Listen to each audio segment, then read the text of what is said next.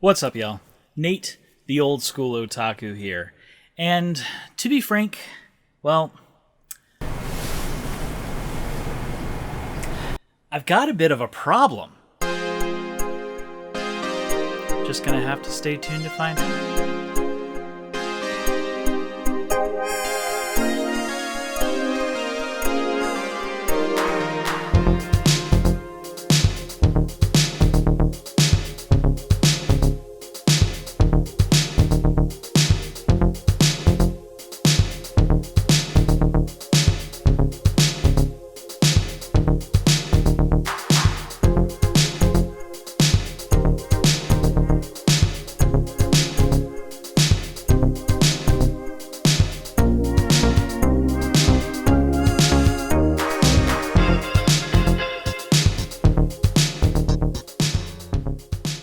And welcome back. So, if it's not entirely obvious from this video and probably some of the other videos that have come out recently, well, this lovely black box that sits behind me here in my office studio, in my office set, well, it's not really a set, it's my actual office, well, I got the cover off of it. The top cover is actually sitting down here. Nice big thick cover. And, well, what's actually going on? Whoop. What? Just, oh boy. Can't have that. Nope, there we go. Oh. The life of a server administrator. What? So, if it's not obvious, or not entirely obvious, from the fact that I've got my lovely black box that hangs out back here in the background of my home office set, shooting area, as it were, this is my home server. I built this, at least in its current iteration, about 3 years ago. And the problem I'm running into is, well, it's a couple of different problems. I'm running into a problem of noise. I do quite a bit of noise canceling and post-processing and things with my audio in this set, because there's just a ton of noise that this server spits out. The fans in it are really loud. They're a little bit louder now with the top open, but you can also, like, the hard drives tend to be fairly noisy when they're being written to. In fact, I've actually got the hard drives being written to now. I can hear them click away in the background. Not actually click away, but it's hard to really say what that noise is of a hard drive spinning up and writing a lot of data. But it was doing that all day today. I was working, and I could hear it in the background, and it's something that has been an issue. I've always had fans and computers in my bedroom, so I'm used to some noise, but I definitely have found out that the majority of the noise floor here in this area is due to this server. I built a tiny little PC that I showed you guys in the channel, and that thing's like quiet.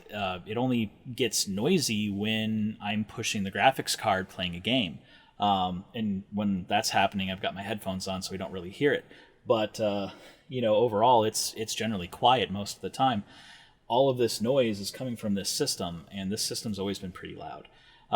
So it's not necessarily a new system. So I've got a couple of different problems. One of my main problems is my Techno lust that I have. I am a systems administrator, computer engineer by trade. I do server administration, all of that type of stuff. It's my bread and butter. It's what pays the bills. Unfortunately, living that IT life that has a tendency to pull into some of your personal life too, just because maintenance windows and working at night and weekends and things like that. So there's a lot of that stuff that goes into, but part of the reason why it is my bread and butter and why I do it is because it's something that I love. I've always loved computers. I've always loved working on them and doing things and technology. So it's something that I also do for fun.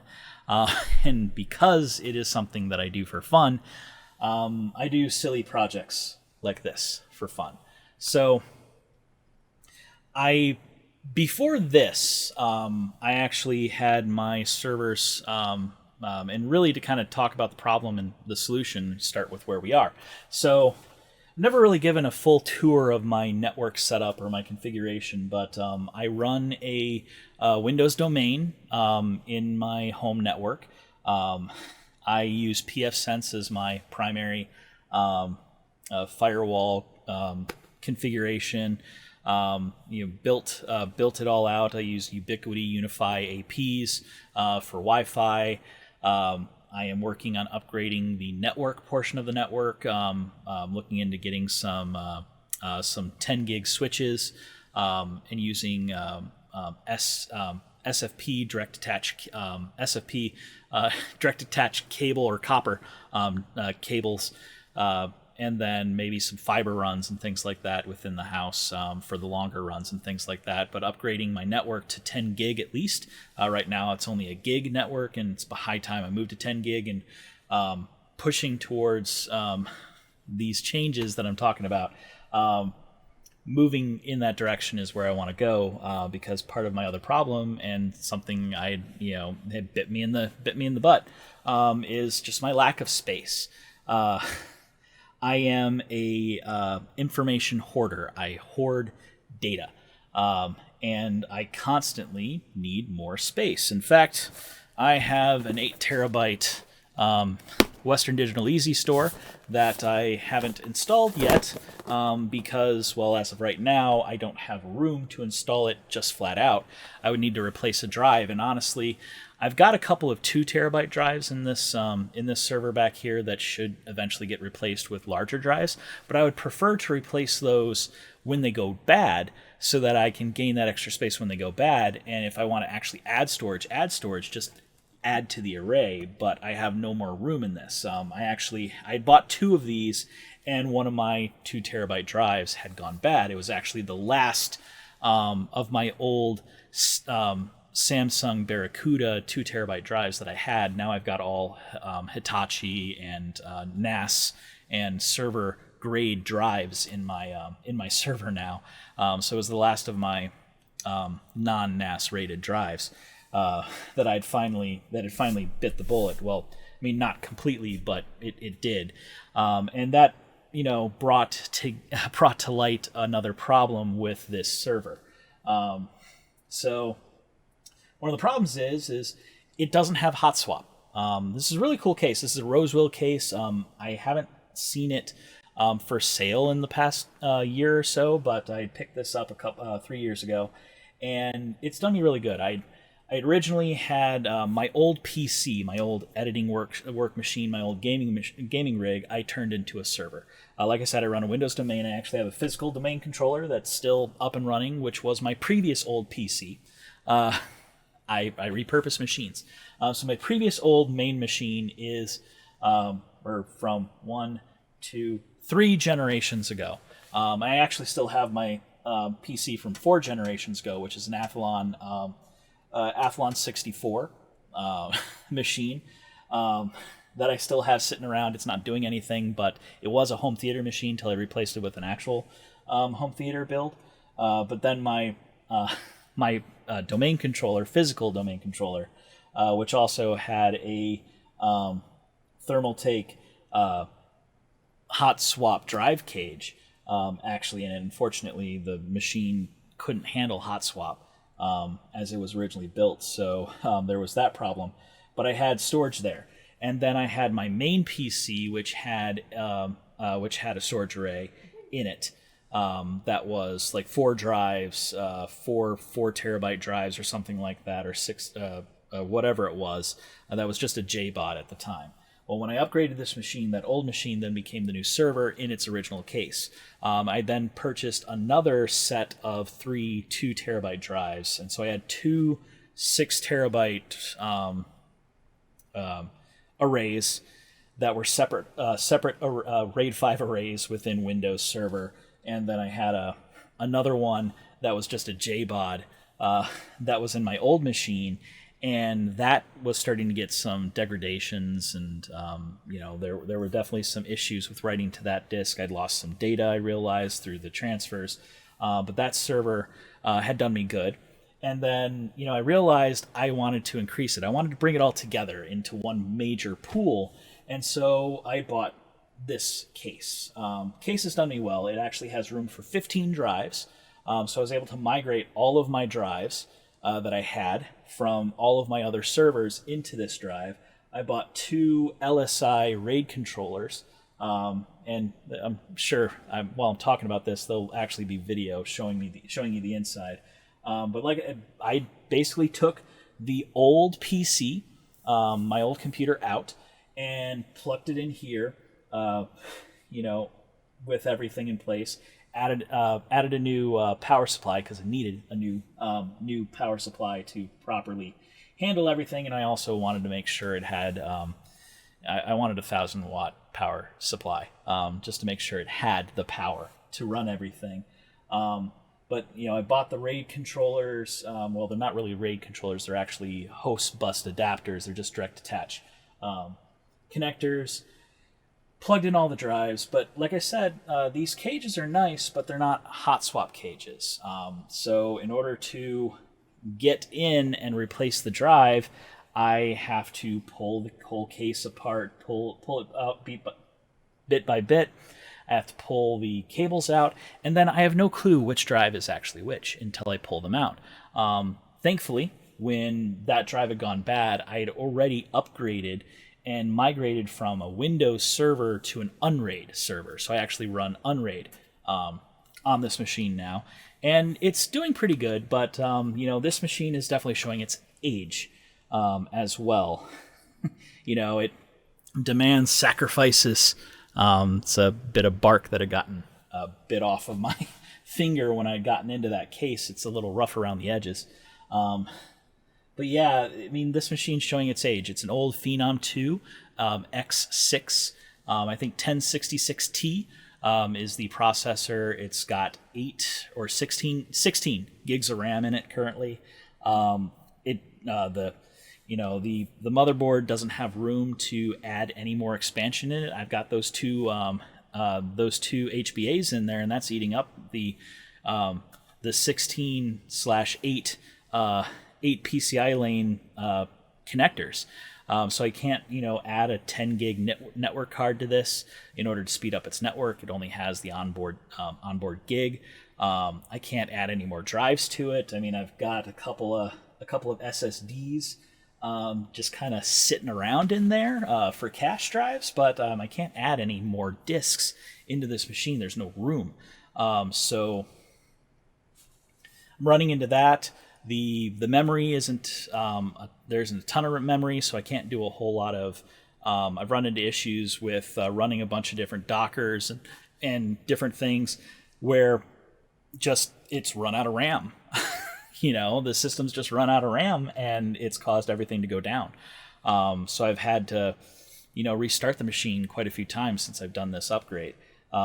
This movement to Unraid and moving everything into standard pools and all of that.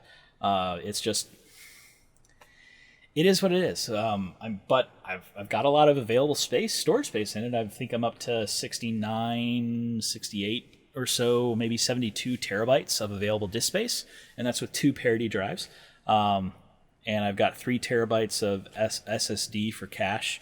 I want to add 8 terabytes more. I wanted to add 16, but unfortunately I did have to utilize the other one to replace that 2 terabyte drive. So that added effectively 6 terabytes to the machine. I wanted to add a full 8, but beggars can't be choosers. I'd rather have a healthy array than lose data. So there's definitely that side of it too.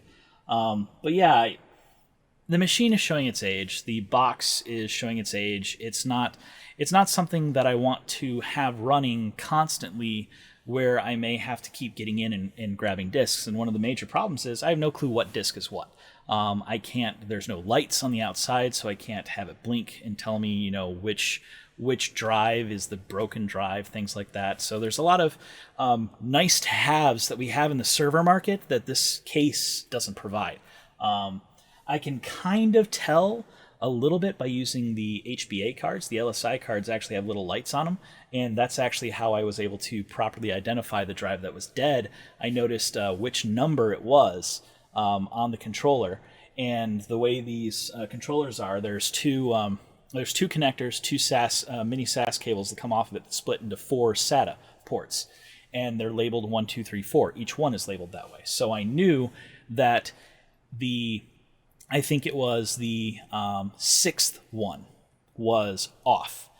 And the way it works is 1, 2, 3, 4, and then 1, 2, 3, 4 is the way the cables go. So I knew it was a 2. That was it. If the 6th one, it wasn't 1 through 4, it was 5, 6, but that's also 5 is 1, 6 is 2. So I knew it was a cable that was marked 2. And the fact that which card it was gave me an idea that it was most likely in the second cage. But there were 3 drives in the second cage that were marked as 2. So what did I do? I unplugged each one by one, to see what drive would go down while the server was up. Not the greatest function, but it was the best way to do it. Now, I did this with the array off, so the drives weren't necessarily spinning or working at the time, but I went through and did it, and luckily, the first one I tried was the correct one, so I got pretty lucky there. But the whole function of trying to pull it out, it's actually the reason why this is up on a block here, is so that I can actually get the cage out, because the cages go forward out in order to get out of this machine. It's not the easiest thing to work in. I don't plan on throwing this case out. I actually am thinking of when I get through with the next upgrade, the next piece, I plan on actually repurposing this machine to something else. Specifically, I haven't quite decided what exactly that is yet, but I'm putting some thoughts into maybe setting up a separate, smaller cluster machine of some type, and utilizing this for that. And maybe this will be my second backup that I'll put over at a friend's house or something like that to set up with a VPN and transfer data over the wire for backup purposes. Maybe that's what it winds up becoming. Not sure exactly yet, but I do plan to put this case back to work, because it wasn't a cheap case, but it wasn't a wholly expensive case, but it also wasn't a cheap case. And there's still more that this computer could still do. It works. It's just not quite as powerful for my purposes. I want an upgrade. So that's what I did. Used some of my stimulus check and went out and bought me a new server. So let's go take a look at, we talked about the problems of this, main problems. It's a pain in the butt to work on, draws blood every time I'm in it, can't easily replace drives, don't have enough room to add more drives. I'm only stuck at 15 available hard drives in here, and it's not good to put regular hard drives, spinning platter drives, just randomly around, where the SSDs you can kind of throw wherever. Spinning platter, you really shouldn't. It could potentially damage it to do it that way. So, it's that there. It's not quite as powerful. I would like to have more RAM. It's loud. I'd like to make it quieter. So I needed a new server. So let's go take a look at the new machine. So here's the solution. You've seen the problem, so this is the solution right here. Now I kind of saved you the suspense of watching me open this and all of that other stuff previously, but this is my solution to effectively all of the problems that I have been having with, with my current server. And the solution is to, buy a new one. So, let's take a look inside and go over some of the specs and things, and then I'll meet you back here in a little bit. What I wound up purchasing is a Supermicro server. I purchased it off of eBay from a company known as the Server Store. There's actually been I've seen other videos talking about this, but I bought this case, and it is a Supermicro CSE-846. It is a server chassis 4U in size, so it's actually the same size as my old Roswell case. It's labeled as a 4U FreeNAS ZFS Unraid server is the generic term that it has. The specific one I bought has the availability for 24 drive bays in the front through a Supermicro backplane. The specific backplane that this model has is the BPN SAS2 846EL1. So this will actually work out pretty well. This comes with dual 1,000 watt platinum power supplies. So that's pretty cool for extra redundancy and things like that. The nice thing is I can run it with just one. I have to unplug I have to unconnect the second one, otherwise it makes a really loud noise. That's not fun, but we have two of those there. It comes with a LSI 9210-8i HBA controller that's already been flashed into IT mode. So it already has its own SAS controller that's already plugged up to the backplane, which is kind of cool. And that's connected to a motherboard. The motherboard, the version that I have actually comes with the motherboard, CPU, RAM, just about everything it needs to actually run other than hard drives. I paid a little bit of extra for that, but I wanted that upgrade. I wanted to get into server hardware, real server hardware for this. So the actual specific system board is an X9 DRI-F. It's a dual socket motherboard, server board, that has dual Xeon E5 2650s. Installed in it. The actual version the actual version available online says that it's 2650 V2s that are listed at 2.6 gigahertz, 8-core processors. Seem to remember the version I bought was actually slightly faster. I believe it was 3.2, but that may have been the boost clock at the time when I was looking at it. But yeah, overall they're 8-core processors each. So they're 8-core processors, 16 threads. So two 8-core processors gives me 16 cores and 32 total threads to work with. My old server is a 6-core processor, period. No extra threads, no hyperthreading, none of that. That Phenom X6 is just 6 cores. So overall, I'm getting more performance from, for one, faster CPU frequencies, but also more cores, more ability to do work, so I can have more VMs, more things running at the same time, which that works out really well. The version I have comes with 16 gigs of RAM, so it's configured with two 8-gig sticks. And what I've noticed is my version is actually 4 gig sticks, 2 sticks per CPU. So for a total of 16 gigs. Now, overall, this machine is not completely to what I want, so I am replacing it with a few other pieces. So let's talk about some of the replacement parts that I'm putting in place. I'm adding 128 gigs of DDR3 RAM. This is actually Samsung brand ECC3 or ECC RAM, proper server ECC registered memory, going in here. So it's a good server board. Got a pretty good price on these chips, and that's going to populate the whole entire board. Give me 128 gigs of RAM. I will not have a problem with available RAM anytime soon with that. I'm also adding into my connection a NVIDIA Quadro P2000 graphics card. And the main reason for that is to do Plex transcoding and things like that. So I plan to utilize that as well. And then I also have coming to me, it's not here yet, but I am actually replacing the 1,000-watt power supplies that come with this machine because these power supplies are really loud.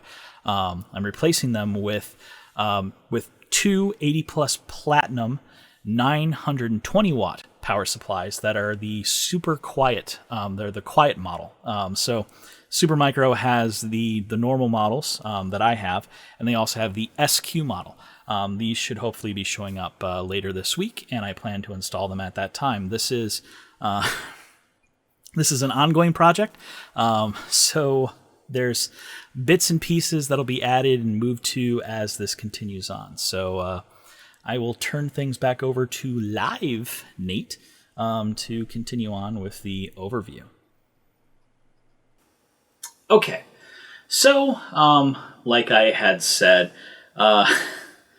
this is currently designed to be the new and future moving system.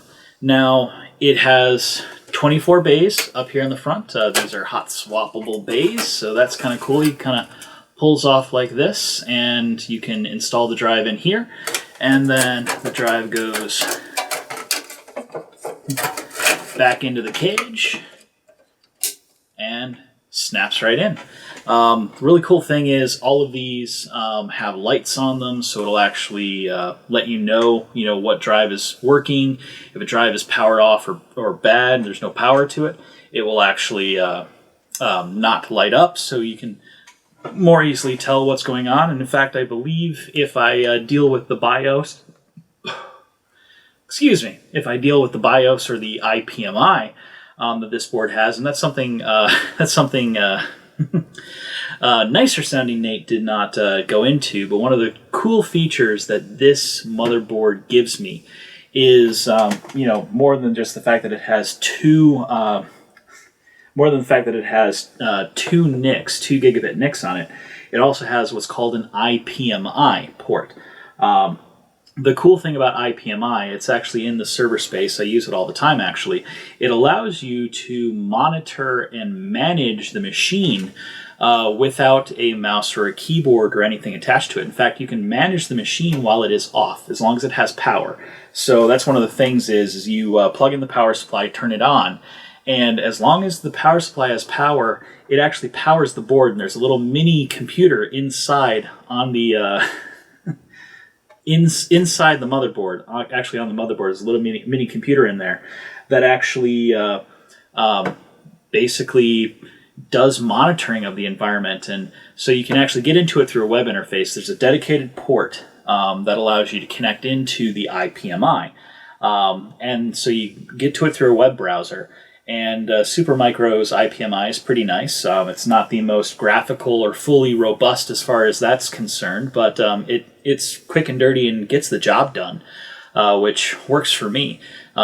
So it allows you to get in there, and you can emulate a CD-ROM drive, so you can actually put an ISO over the wire into the machine, and allows you to boot into an ISO, install drivers, things like that. You don't have to be directly attached to the machine.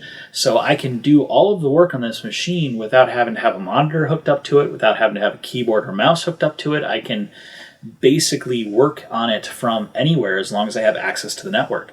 So that's really cool. And a lot of server environments, you'll actually set up what you call management networks. You'll actually have the IPMIs all connected through a separate management network that's not separate from the normal network. And then you would set up with rules and things so that only certain machines can access that network or route the data. There's a lot of really cool, neat things you can do with that to protect it. In my home environment, probably not needed to go that far, but it is something I could go, especially as I start upgrading the network things within the environment. But first up is to get the server upgraded. This is definitely a loud machine. And when I was talking about loud, let me show you what this basically sounds like currently. So I've got a power cable here. I only have one. Actually, let me make sure I only have one of the power supplies connected. Okay, good. I do. So I plug power in. And I don't know if you can hear, but you might be able to. But the little fan on the power supply is starting to ramp up. And it's not the quietest thing. And that's one of the reasons why I'm getting the replacement power supply for power supplies for this. That way I can actually run the power supplies separately. Or that way I can actually run this machine and not have it be ultra loud. Now, there's more to this machine that has to be dealt with other than that. So this is kind of what it sounds like right now. Not sure how good my camera's mic is picking up the noise, but if I plug in the other power supply, okay, let's power this machine on. One of these buttons. Hear that noise? That is the noise of an unhappy power supply. It's basically telling me that one of the power supplies doesn't have any power going to it, which is good to know in a server closet, but at home, ew, horrible, nasty. We don't want that, so I instead leave one of the power supplies unplugged, and so we don't have that. Now, I have this currently on, and it's kind of in a lower mode. It should start ramping up at some point, though. The fans. The fans are already kind of running, and you might be able to hear it a little bit better than the other one, but it's definitely getting there.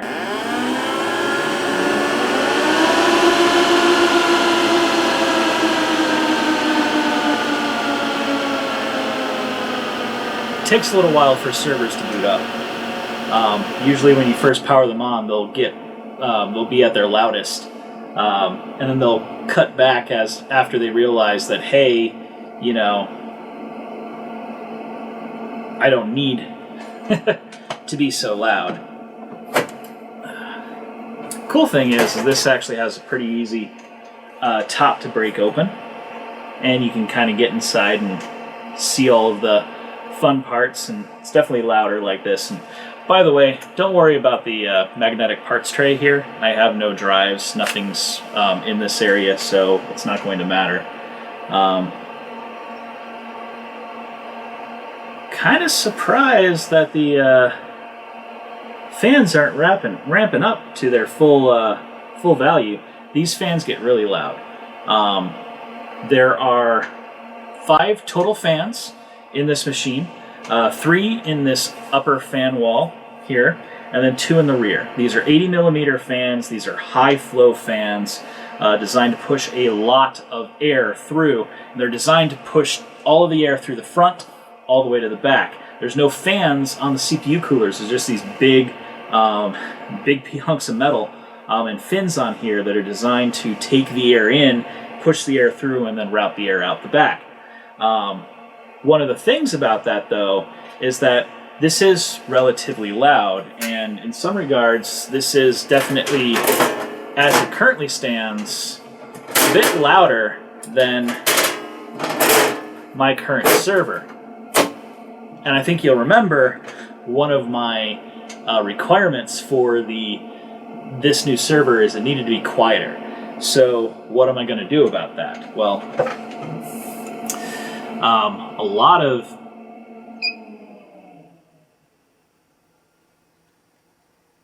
Now it's...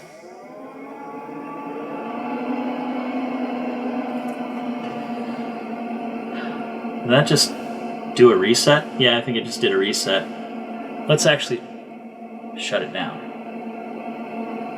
But hold the button. It should do a full power down.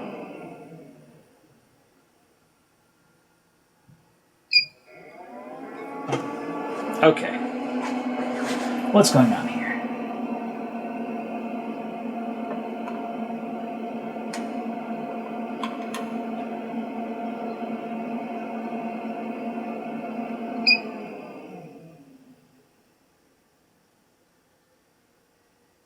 Stay off. That's all I want. I want you to just stay off. Okay. It is now off. And I'm going to pull power from the power supply. There's a little bit of residual power in it. So, but now, fan's ramping down. Now she's quiet. So, like I said, what I ultimately want to do with this this machine is do a couple of modifications to it, similarly to what other YouTubers and people that I've seen online actually do to this machine. So these fans tend to get fairly loud. So my plan is actually to replace all of these fans. So what you do is you actually remove this fan wall from the center here, and let me lift this up so you can get a better view of this. But yeah, so you remove this fan wall, and then take out these two rear fans.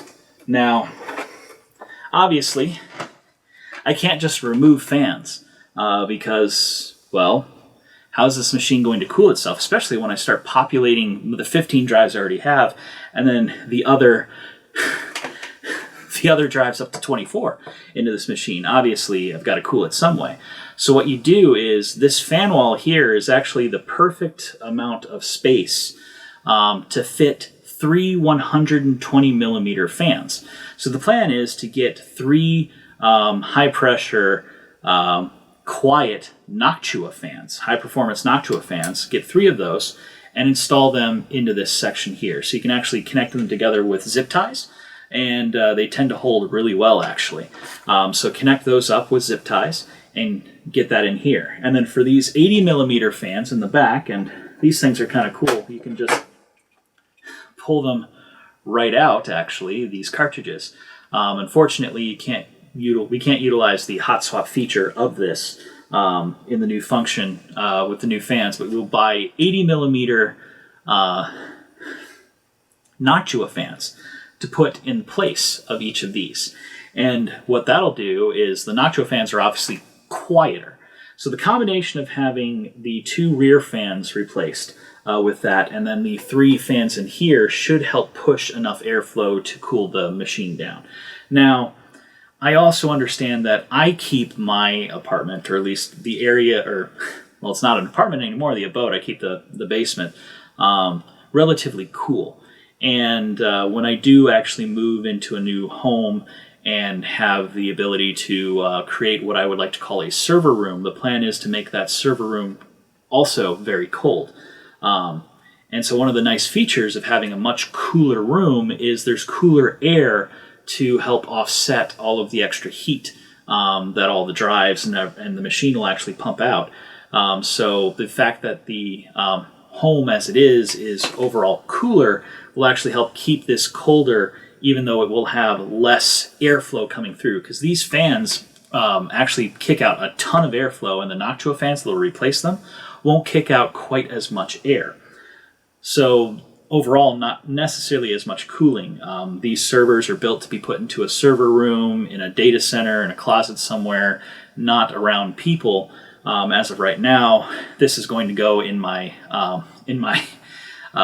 workspace effectively at the moment, because I don't have a proper server closet to throw it into. But that's okay. That's why I'm going to make this quieter.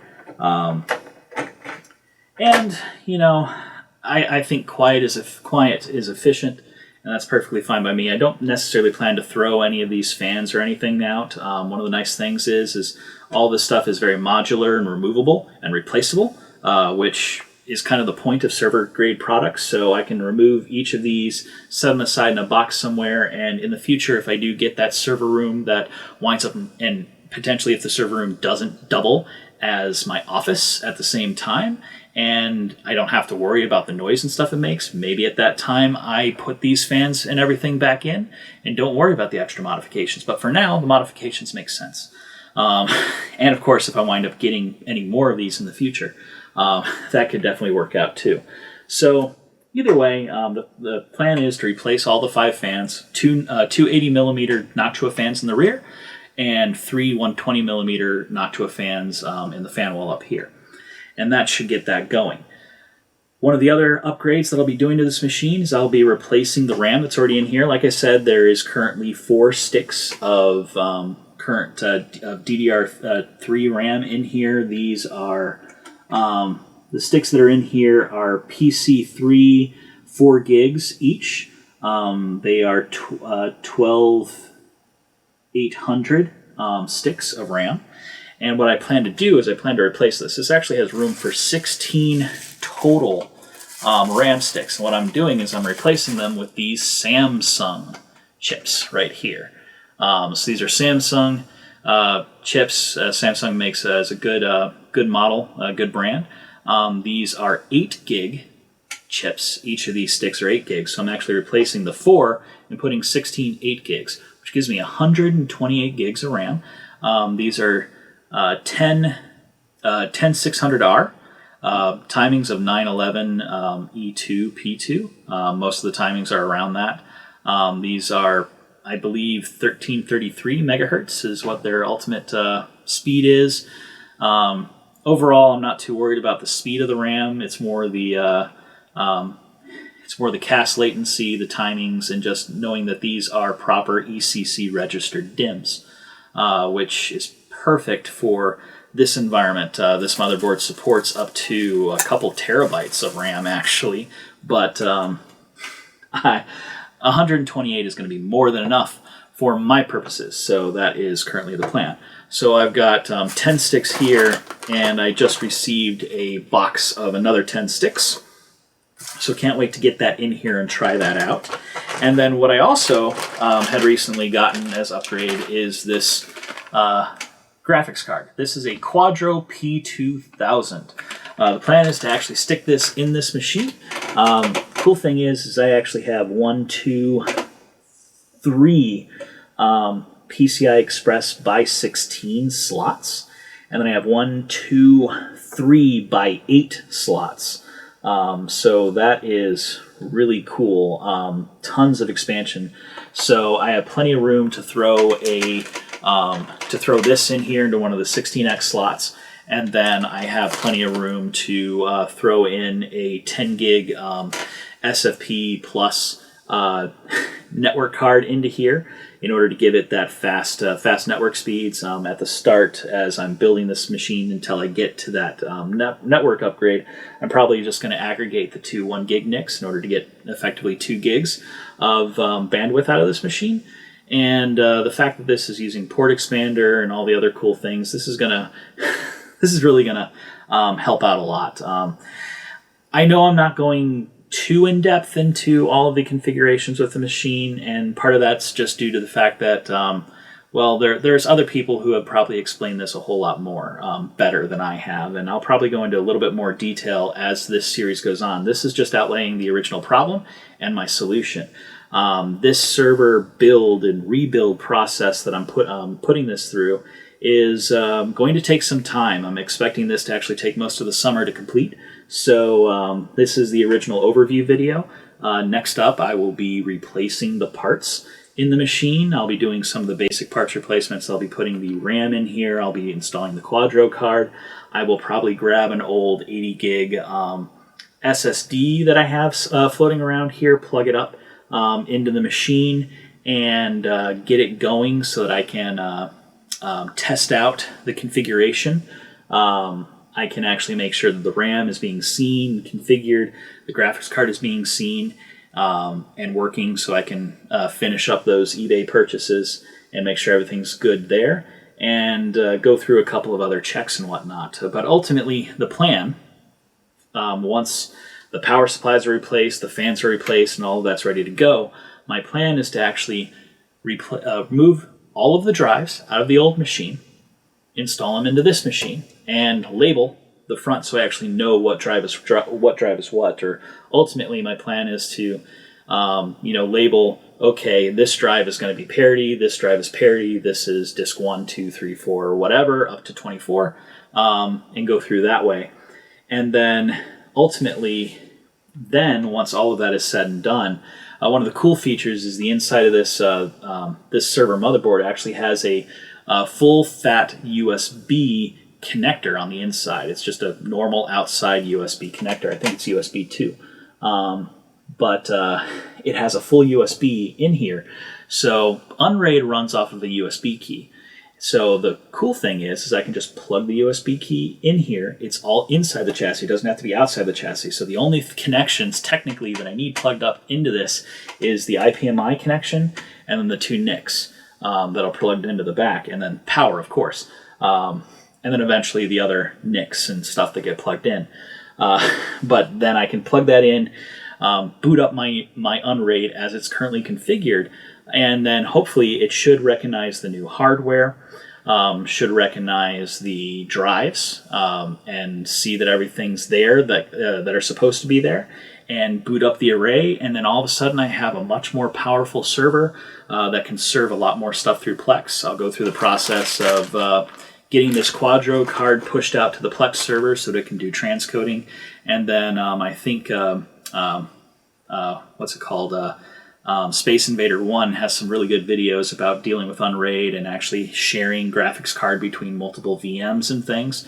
So following some of his guides in order to actually push that out so that I can actually use the card to do encoding and things like that in Handbrake and other things. So I can start offloading some of the processes I use my main machine for onto this machine, so I can start actually basically just offloading my footage directly onto this machine, and then have it do all of its transcoding and encoding, and then only grab the footage when I need to onto my editing machine. So ultimately, the final process of all of this is that I want to be able to edit off of the network drive. Rather than having to edit off of my local machine, I can actually edit off the network drive, and I think that will greatly speed up my processes for editing and things like that, but also save me space and save me from the woeful problems of I just got finished recording a full video and I lost all of the footage because I ran out of disk space. So that's one of the other things. Now, there's also future that we have to talk about too. So like I said, this actually has room for 24 drives. I have 15 currently, a 16th drive hanging out in the wing. So that gives me a room for 8 more disks that I can install in here. Now, like I said, I currently have 3 2TB drives in my array. Those can get upgraded to larger drives as I go on. I'll upgrade those probably to 8TB drives. I believe my parity drives are currently 8TB, so in order to go beyond 8TB per disk, I have to upgrade my parity drives first. So later on down the road, as 10TB, 14TB, as the bigger drives start going down in price, I can start upgrading my drives. One of the cool things that I can start doing, though, is I can upgrade the parity disks, and then I can take those 2 parity disks. Let's say I upgrade to 14TB for the parity. I upgrade those 2 to 14TB. Then the 2 8TB that I have in my parity, I can add as extra drives. And I have room currently for 8 more disks after adding the 1 that I currently have there. So I have room for 8 more disks in here. And that's not including SSDs. So this actually has a bunch of onboard